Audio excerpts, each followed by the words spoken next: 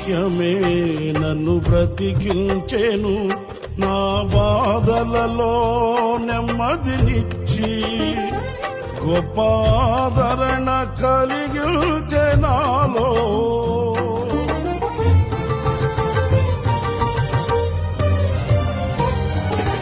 మన్నైనది మన్నైపోవునని నన్ను జీవాత్మతో నింపి